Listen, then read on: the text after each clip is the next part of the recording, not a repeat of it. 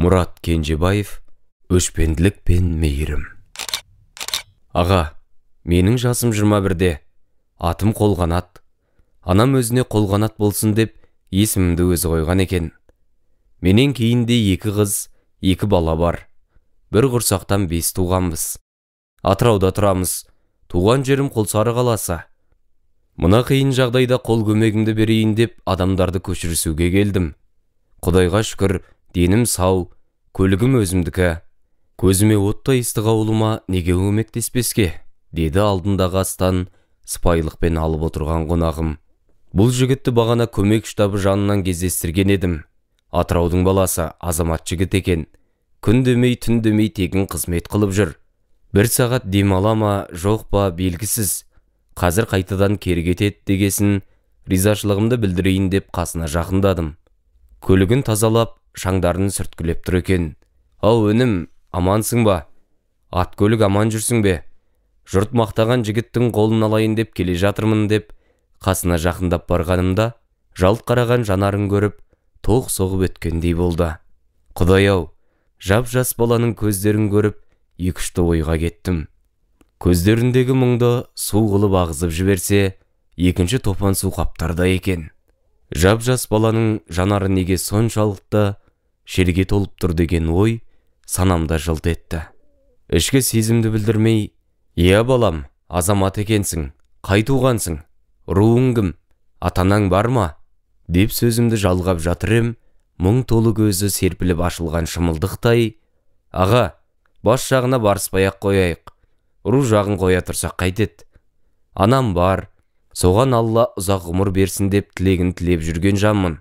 Әкем де бар дейді, жүрген шығар бір жерде иттей қаңқып», деп сөзімді бөліп салды. Көздеріндегі мұңның себебін енді түсінгендей болып, атана жағында бір кемшіндік барау деп топшыладым. Сонда да, «Балам, түсігіден түңілме деген қазақ. Бір көрген біліс, 2 көрген таныс демекші, үйге жүр. Ас су іш, менің де үйімде қырғын Құлсарылық жатыр. Жиен келіндерім балаларымен, апа жезден 5 баласымен ауылдарында сумен жағаласуда. Келін немерелерін осында алдырдым. Кішігірім қалқоз болып мәре-сәре боп жатырмыз. Сонда да екеумізге сөйлесіп, ас су ішер, жер табылар. Жүр, қысылма», деп ертіп келген қонағым осы бала еді. Үйге келіп ыстық ас ішіп, шай ішіп, маңдайы жіпсіген жас бала маған енді сеніммен қарай бастағандай күй танытты. Осы сәтті пайдаланып, «Балам, бағанағы бір әке туралы, руың туралы сөзің жүрегімді қарып кеткендей болды. Айып болмаса, шет жағасын айтсаң болмай ма? Менің көрген білгенімді өзімізден кейінгі ұрпаққа сабақ қылып жазатын әдетім бар еді. Жазушы болмасақ та, азын-аулақ өзіме жетер оқырманым бар.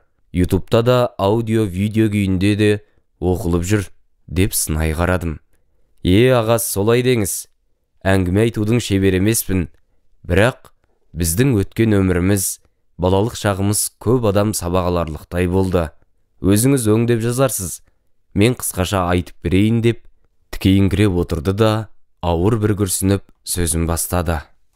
«Мен есімді білгелі анамның күліп жүргенін көрмеппін. Ылғи да томсырайып, мұңданып арасында әкем жұлқылап бөлмеге итеріп тастағанда, үнсіз тұншыға жылап жататын талай көргем. Қазір есейіп, еш жиғанымда түсінгенім, менің анам ол үйде қызметші күң есебінде болған сияқты. Өзім есейе келе осыны сезініп өстім. Ата-әжеміз біздерді сыртқа теуіп, кеудемізден кері итеріп тұратын.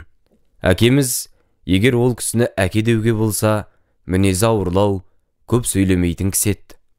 Сөйте тұра өте жүргіш болған екен. Ақшаның буымен әйелдерге көп барады екен. Біздер бала болғасын көбін білмеппіз. Кейін бозбала кезімде жұрттан, әсіресе өзімнің қатарластарымнан, сенің пақаның жыбырлағаның бәріне шабады ғой деген мазақ сөздерін естіп өстім. Соның салдарынан ба, мен де, менен кейінгілер де сырт көзге көп түспей, өзіміз іштей тынып, жеке бір әлем болып өстік. Жасым 10-12-ге келгенде анам маған кәдімгідей мұң шағатын болды. Мәселенің бәрі анамның әке-шешесі қарапайым адам болғандығында екен. Сен біздің теңіміз емессің, жуас баламыздың басын қулықпен айналдырып алғансың. Сенің әке-шешеңді құдамыз деп қалай елге таныстырамыз деп, әжеміз миын жеп, күнделікті ұрсып кекету, мұғатуды әдетке айналдырып алған. Әкемнің үлкен ағасы болды. Біздер әкемізден үлкен болғасын, көке, тәте, бапа десек ұрсатын. Аға де, сәлем бер, сосын жоғалыңдар қасымнан дейтін. Сол ағамыз ата-әжемнің есебінше теңін тапқан жақсы жерден қыз алған. Құдалары үлкен мемлекеттік қызметте екен. Атам мен әлгі ағамыз әкемізге ынжық, қатыннан қорқар ес, қатыныңды ұрып тәрбиелеу керек деп, біздің көзімізше айдап салып отыра беретін. Кейін солар әкемізге анамды сабататын болды. Анам бейшара, кіммен қарайсаң сонымен ағар дегенді ұстанып, үнсіз жылап жүре беретін. Олар оны сұрауы жоқ, қорғаны жоқ деп түсініп, қорлауын күшейтті. Әкеміздің бір әпкесі Ақтөбе жағында тұрады. Ол да күнделікті шешесімен телефонмен сөйлесіп, ана қатын жүрме әлі? Әлі қуып жіберген жоқсыңдар ма? Күшіктерін алсын да жоғалсын. Ана баланың қатын құмар болып, әр қатынның соңында жүргені соның кесірі. Үндемей сүмірейіп жүріп, дүнияда оңбаған қатын екен деп, отқа май құйып отыратын. Маған, қарындасыма телефон соғып, менің әке-шешеме қарсы сөз айтушы болмаңдар. Құлдай болып, құрдай жорғалайтын болыңдар. Оңбаған қатыннан оңған бала туа ма? Өңшең оңбағандар, деп ұрсатын. Телефон соқса алмауға қорқатын едік. Онда біз үшін анамыз тағы таяқ жейтін. Анамыз айтады, бұл үй ол түскенде алып бара жатқан керім болмаған. Қайтамен келін болып түскеннен соң, балалары мұнай газ саласына жұмысқа кіріп, үлкен ағамыз бөлек кеткен. Болар болса өздеріне әдемі коттедж салып, бұрынғы ма, айналаға түгел мұрнын шүйретін болған. Біздер көрші дегенмен мүлдем араласпайтын едік. Бір бала есігімізге келіп көрмейтін. Әжеміздің бір әдеті бар еді. Көршілер үйге 7 шелпек садақа таратып келсе, күйлілеу көршінікін алып, дастарханға қоятында, кедейлеу көршінің шелпегін ауыз тиместен итке беретін. Міне, сондай ниеттегі ата-ане қарапайым отбасыдан шыққан менің анамда адам есебіне қайдан қоссын. Анамыз іші қалтырап жүрсе де сыртына білдірмейтін. Сыртымыздан қарағанда күшті, мәдениетті, жуас, үндемес отбасы болып көрінетін едік. Ал іштей, нағыз ішіне ит өліп жатқан жандар едік. Аға, несін айтарсың? Ол отбасы сондай деп біреуге айтсаң сенбес еді. Біреулер мерекеде құттықтап келіп жатса өтірік мүләйімсіп, қонақжай күй танытатын. Бірақ шай қой, қазанға тамақ сал демейтін. Келген адам қой біз тұрайық, тағы баратын жерлер бар, тек құттықтап көрісіп кетейік дегенбіз дегендерге, ау отырмадыңдар ма, шай ішіп ет жеп кетсеңдер болатын еді ғой деп өтірік бәйек болатын. Біздің отбасыға ең сыйлы адам енеміздің інісі. Қалған адамдардың бәрі сорттарға сөре-сөре бөлініп сұрыпталып қойылған еді. Енем адам мақтамайтын. Кімді айтсаң да алқаш, жұмыссыз, аш, оңбаған, тағысын тағы солай болып келетін. Атамыздың тумаластарымен де алыстан араласатын. Жылына бір рет көріс кезінде, немесе той садақада болмаса, басқа уақытта кездесулері сирек еді. Тіпті әлгі мықты қызметтегі құдасы қайтыс болып, соның жаназа садақаларына барып келгесінде, сол құдасын жамандап, өсек қылып отыратын. Осындай иттірлікпен мазақ, қорлық көріп, таяқ жеп жүріп, анамыз өмірге 5 бала келді. Соңғы жылдары төзу мүмкін болмады. Анамыздың үндемес, ешкім ара түспес қорғансыз екенін білгесін, әкеміз әбден сабайтын болды. Ата-әжем ондайда ештеңе болмағандай, араша түспей отыра беретін. Кейде тіпті, дұрыс, осылай еркек екеніңді білдіріп қоймасаң, бұл қатын төбеңе шығады деп қайрап отыратын. Есте қаларлық өте ауыр оқиға болды. Үйге үлкен ағамыз келген. Сол кісі жеп отырған тамағынан кінә тауып, анамызға, яғни келініне, тамағының тұзы дұрыс емес, дым көрмеген сорлы, отырған жеріңде талқаныңды шығарайын ба? Деп боқтап отырып, інісіне тиісті. Сен мисыз ит, ақша құртып, даланың қатынын түгендегенше өз әйеліңді неге жөнге салмайсың? Әлі күнге тамақ пісіре алмайды. Мына әке-шешемізді қалай асырайсың? Құрт мына дым көрмеген қатыныңды деп айдап салып қырғын бастады. Оған әжеміз қосылды. Бұл сорлының қолынан қатын ұру келе ме?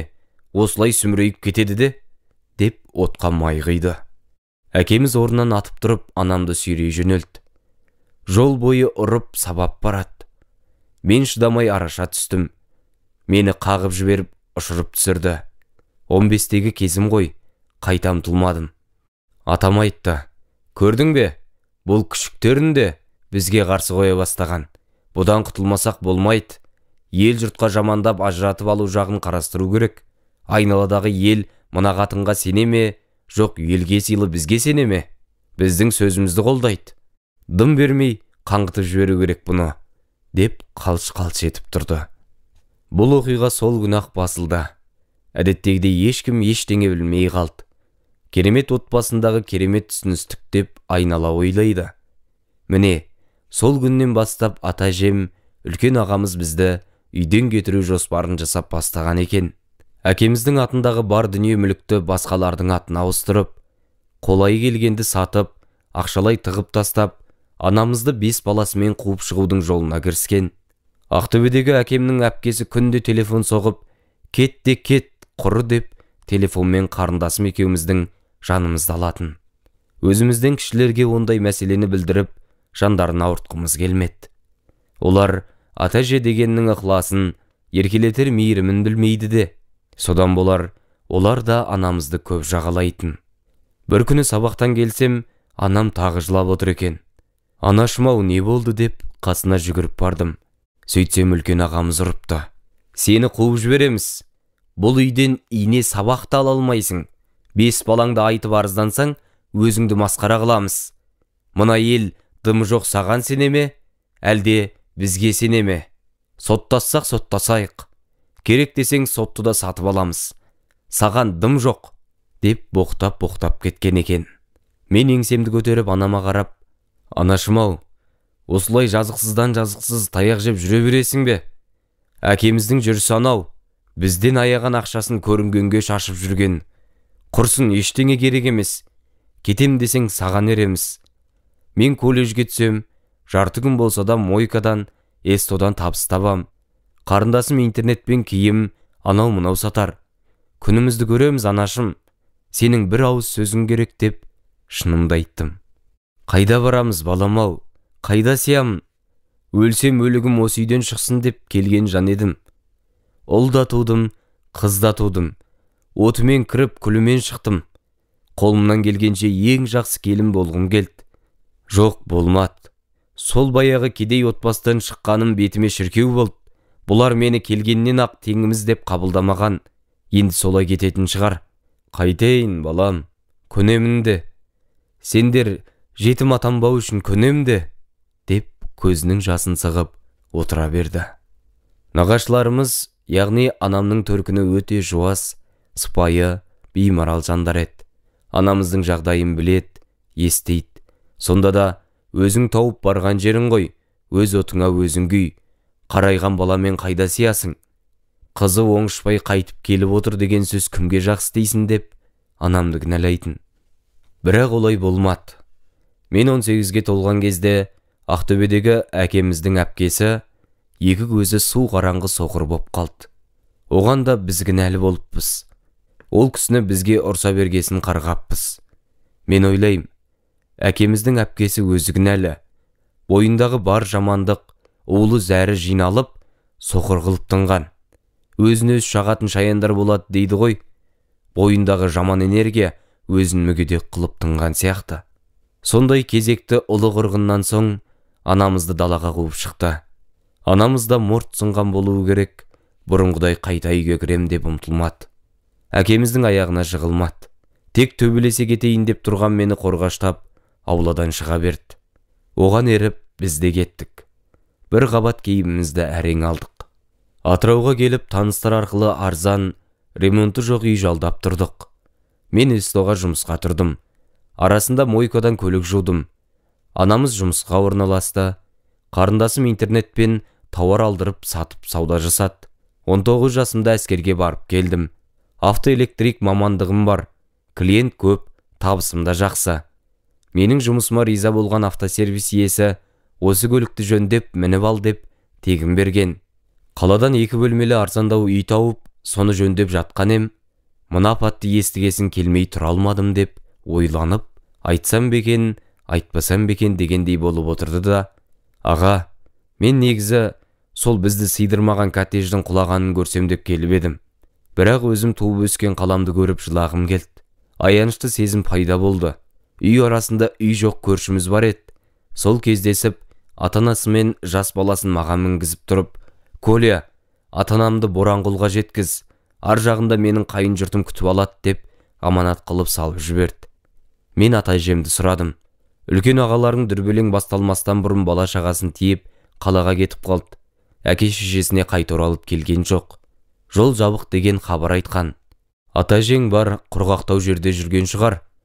Әкелерің мыналар күн бермегесін бір әйелдің қолына кіріп алып еді. Ол да қуып шыққан деп естідік.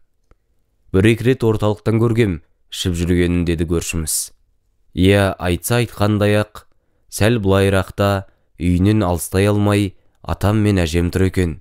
Үстеріне бар тазаны киіп алған, қолдарына көтергенше дүниесін алған. Екеуі тұр шошайып адасқан түйе сияқты.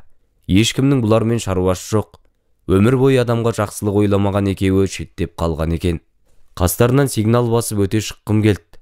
Бірақ көлігімде отырған көршімнің әкесінің мына бейшараларға обал болды-ау, ешкімі жоқ деген сөзі ол ойымнан айнытты. Тоқтап қастарына бардым. «Ассалаумағалейкум ата, қай бақытқа жүресіздер?» дедім. «Әлейкісалам, қол қанатсың ба? Өсіп қапсың. Соны өзіміз де білмейміз. Атырау жақ жабық дейді. Енді Бейнеу жаққа бармасақ» деп атам күмілжіді. Әжем ерінің үшін жыбырлатты да қойды.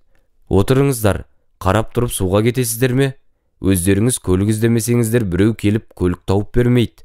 Отырыңыздар, мына көршілеріңізді Боранқұлға түсіріп, сіздерді Бейнеуге жеткізейін» дедім. Екеуі 1 минут үнсіздік жариялағандай коттедж үйге қарап тұрды да үнсіз көлікке отырды. Атам алдыңғы орындыққа жайғасты. Әжем көршілермен артқы орындықтарға отырар-отырмасын білмей аңтарылып қалды. Қанша айтқанмен теңі еместеріміз ғой. «Әже, болыңыз, әлі қанша адамға көмекке келуім керек. Болыңыз әже, тездетейік» деп асықтырғасын барып, тыжырына көлікке отырды. Атам мен әжемде үн жоқ. «Не істеп жатсыңдар? Қалған балалар қалай?» дегендей бірде-бір туыстық сұрақ қоймады. Есесіне көрші шал барлығын сұрап жатыр. «Сен сонда анау Атыраудан келіп, тегін адам тасып жүрсің бе?» деген сұрағына «Несіне таңғаласыз? Мына маңғыстаулықтарда келіп көмек қолын созып жатыр емес пе? Тіпті өмірінде құлсарыны көрмеген жастар да елмен бірге су тоқтатып, күндіз-түні көз ілмей жүрген жоқ па? Солар бастады ең бірінші көшкен жұртты тегін көшіруді. Оның қасында құлсары менің туған жерім емес пе?» деп едім. Қасында отырған атам маған аң-таң күймен қарады. Өмірінде кісіге жақсылық жасауды білмеген адамға мұндайды есту таңсық шығар. Содан сол үндемеумен Боранқұлға да жеттік. Көршімнің құда-құдағайы құшақ жая қарсы алды. Мал сойып қазан көтеріп қойған екен. Біздер шәйі мен қуырдағынан ауыз тиіп жолға кететін болдық. Өйткені қаншама жанға көмегіміз керек еді. Көршіміздің құдасы мың болғыр ақсақал екен, көсіліп сөйлеп отыр. «Мен қазақ болып туғаныма қуанам. Қиын қыстау кезеңде айтпастан жүгіріп келіп, жаны ұшырып көмек қолын созған қазағым аман болсын. Мал бір жұттық деген, бас аман болсын. Қалғанын елмен бірге көрерміз. Қара суды қылдай қылып ішіп, бір нанды бөліп жерміз. Құда-құдағай, сіздер төргі бөлмеге жатарсыздар.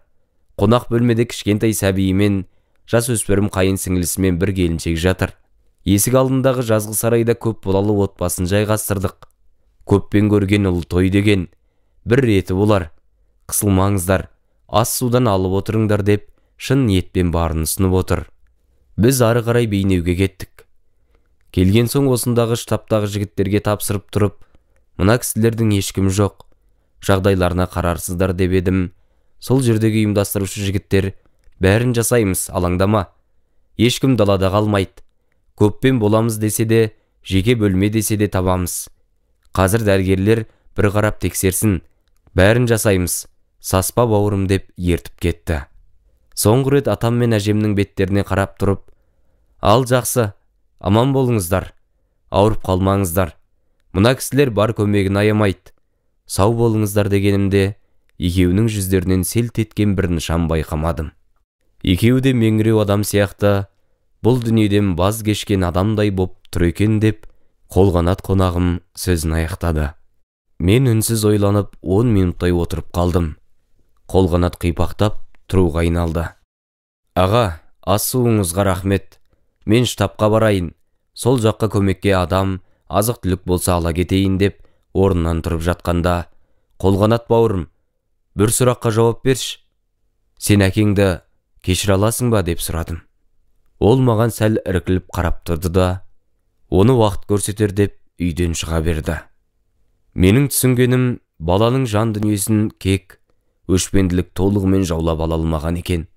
Әлі де болса оның жаны қараймаған, мейірімділік жойыла қоймаған екен. Жолың болсын Қолғанат, еліңе қолғанат бол, жақыныңа қолғанат бол. Бейнеу: Мұрат Кенжебаев.